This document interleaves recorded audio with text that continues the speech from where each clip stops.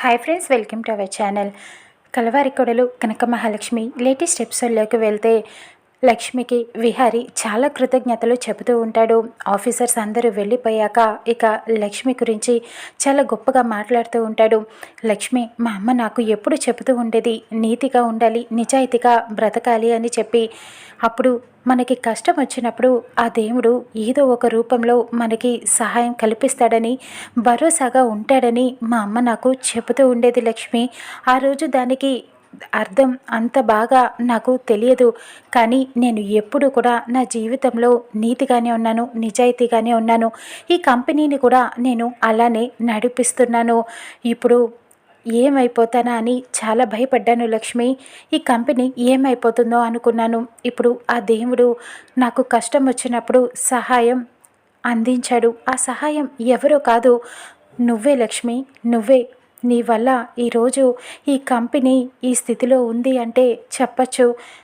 ఇందులో పనిచేసే వాళ్ళ ఎంతోమంది జీవితాలను, భవిష్యత్తులను నువ్వే కాపాడావు. మా అందరినీ కూడా నువ్వే కాపాడావు లక్ష్మి అంటూ కృతజ్ఞతల్ని చేతులెత్తి దండం పెట్టి మరీ లక్ష్మికి చెప్తూ ఉంటాడు. చాలా చాలా థ్యాంక్స్ లక్ష్మి అంటూ చెప్తూ ఉంటాడు. అంబిక ఆశ్చర్యపోతుంది.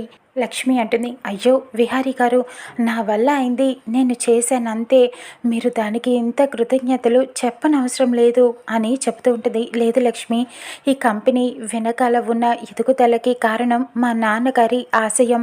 ఇప్పుడు ఏదైనా జరిగి ఉంటే మా నాన్నగారి ఆశయం పేక మేడలాగా కుప్ప కూలిపోయాయి, కాబట్టి ఇది నిలబడటానికి కారణం నువ్వే లక్ష్మి అని చెప్పడంతో అంబిక అంటుంది, అసలు లక్ష్మి నీ మీదే నాకు అనుమానంగా ఉంది. దీనికి కారణం నువ్వేనేమో. ఇంత పెద్ద ఫైర్ యాక్సిడెంట్ జరిగితే మా ఎవ్వరికీ తెలియదు, కానీ నీకు మాత్రం ఎలా తెలిసింది? అంటే దీని వెనకాతల నీ హస్తం ఉందేమో అని చెప్పి అడుగుతూ ఉంటుంది.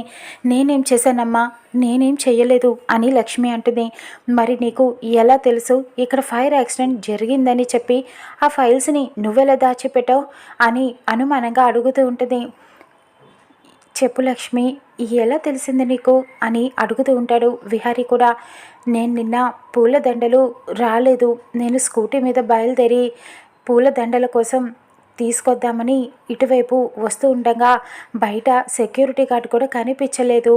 అందుకని అనుమానం వచ్చి లోపలికి వచ్చాను. అక్కడ ఫైర్ యాక్సిడెంట్ అయిందని అర్థమవుతుంది. ఆ రూమ్ దగ్గర మంటలు వస్తూ ఉన్నాయి. అందుకని చెప్పి నేను అక్కడ ఉన్న ఫైల్స్ అన్నిటినీ తీసి తొందరగా జాగ్రత్త పెట్టాను అని చెప్తూ ఉంటుంది. మరి ఆ విషయం నాకెందుకు చెప్పలేదు అని విహారీ అడుగుతూ ఉంటాడు.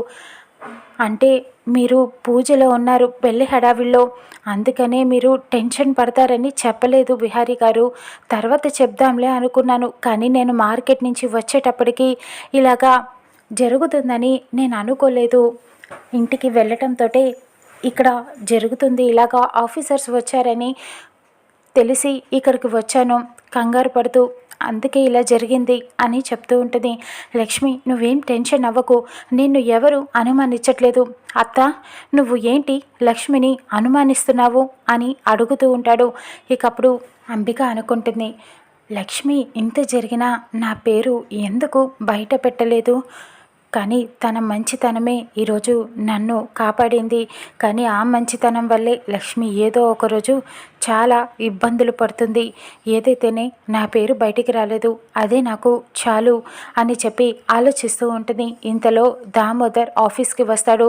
అంబిక సుభాష్ల పని విహారీతో చెప్పడానికి ఆఫీస్కి రావడంతో అంబిక కంగారు పడిపోతూ ఉంటుంది. దామోదర్ని చూసి, ఇదేంటి వచ్చేసాడేంటి ఇక్కడికి, ఇప్పుడు విహారీకి మొత్తం చెప్పేస్తాడా అని భయపడుతూ ఉంటుంది. విహారీకి కంగ్రాచ్యులేషన్స్ అని చెబుతూ ఉంటుంది. విహారీ గారు, మీకు కంగ్రాచ్యులేషన్స్ అండి, ఎంత పెద్ద ప్రమాదం నుంచి మీరు తప్పించుకున్నారు, మీ నిజాయితీయే మిమ్మల్ని కాపాడింది అని చెబుతూ ఉంటాడు.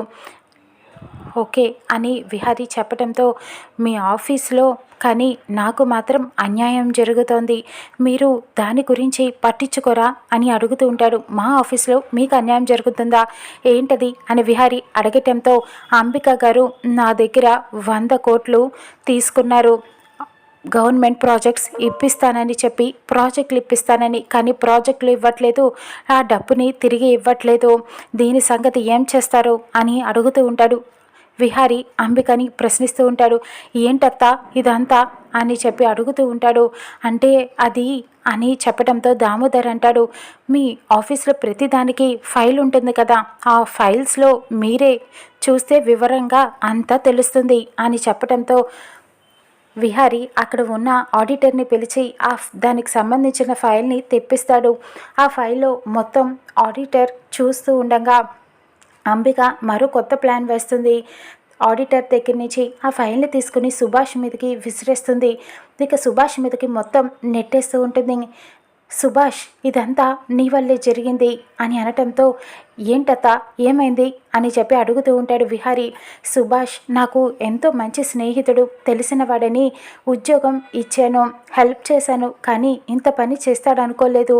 తిన వల్లే ఇలా జరిగింది. దామోదర్కి ప్రాజెక్టులు ఇవ్వాలని, ఇప్పించాలని నాతో ఎప్పుడు చెబుతూ ఉండేవాడు అని ఏదేదో చెప్పేస్తూ ఉంటుంది. ఇక అప్పుడు సుభాష్ మీదకి మొత్తం నెట్టేస్తూ ఉంటుంది.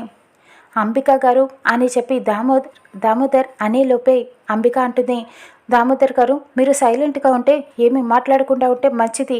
విహారీకి ఇప్పుడు ఇదంతా తెలిసింది కదా, మీ డబ్బు ఎక్కడికి పోదు, మీ డబ్బుని తిరిగి ఇచ్చేస్తాడు. మాట్లాడకుండా ఉంటే మీ డబ్బు మీ చేతికి వస్తుంది అని వార్నింగ్ ఇచ్చినట్టుగానే ఇస్తూ ఉంటుంది. ఇక అప్పుడు మాట్లాడకుండా ఆగిపోతాడు. విహారీకి చాలా కోపం వస్తూ ఉంటుంది. దామోదర్ గారికి మాట ఇస్తూ ఉంటాడు, మీ డబ్బు ఎక్కడికి పోదు, మీ డబ్బు తొందరలోనే మీకు ఇచ్చేస్తాను అని చెప్పి తనని పంపించేస్తాడు. ఇక తర్వాత ఏంటత్తా ఇలాంటి వాళ్ళన నువ్వు జాబ్ ఇచ్చి పెట్టుకునేది, క్యారెక్టర్ ఉన్న వాళ్ళకి జాబ్ ఇవ్వాలి, అంతేకాని ఇలా ఎవరికి పడితే వాళ్ళకి జాబ్ ఇస్తారా, ఇలాంటి పనులు చేస్తారా, మన పరువు పోయే పనులు, ఇదంతా తినవల్లే జరిగింది అంటూ సుభాష్కి అక్కడి నుంచి ఆఫీస్లో ఉద్యోగం పీకేస్తాడు. నిన్ను ఎక్కడికి పంపించాలో అక్కడికి పంపిస్తానంటూ పోలీసులకి ఫోన్ చేస్తాడు. పోలీసులకి సుభాష్ని పట్టిస్తాడు. ఇక అంబిక మీద చాలా కోపంగా ఉంటాడు. తన మీదకి వచ్చేటప్పటికి మొత్తం అంతా నా మీద నెట్టేస్తున్నావా అంబిక అని బాధపడుతూ ఉంటాడు. అలా సుభాష్ని ఆఫీస్లో నుంచి బయటకు పంపించేస్తాడు. ఇక్కడ అందరికీ ఆఫీస్లో మొత్తం అనౌన్స్ చేస్తూ ఉంటాడు. విహారీ కొన్ని పేపర్స్ని ప్రిపేర్ చేపిస్తాడు. అక్కడ ఉన్న మేనేజర్ తీసుకువచ్చి ఆ పేపర్స్ని ఇస్తాడు. చాలా థ్యాంక్స్ అండి అని అనటంతో, నా పని నేను చేశాను సార్, దీనికి థ్యాంక్స్ ఎందుకు అని మేనేజర్ చెప్పడంతో దాని మీద సంతకం పెడతాడు. ఆ పేపర్స్ మీద లక్ష్మి నువ్వు కూడా సంతకం పెట్టాలి దీని మీద అని అడుగుతూ ఉంటాడు. దేనికి విహారీ, అసలు ఏంటి ఆ పేపర్స్, లక్ష్మి సంతకం ఎందుకు అని అంబిక ప్రశ్నిస్తూ ఉంటుంది. ఆఫీస్ స్టాఫ్ అందరికీ అనౌన్స్ చేస్తూ ఉంటాడు విహారీ, మీ అందరికీ ఒక విషయం చెప్పబోతున్నాను.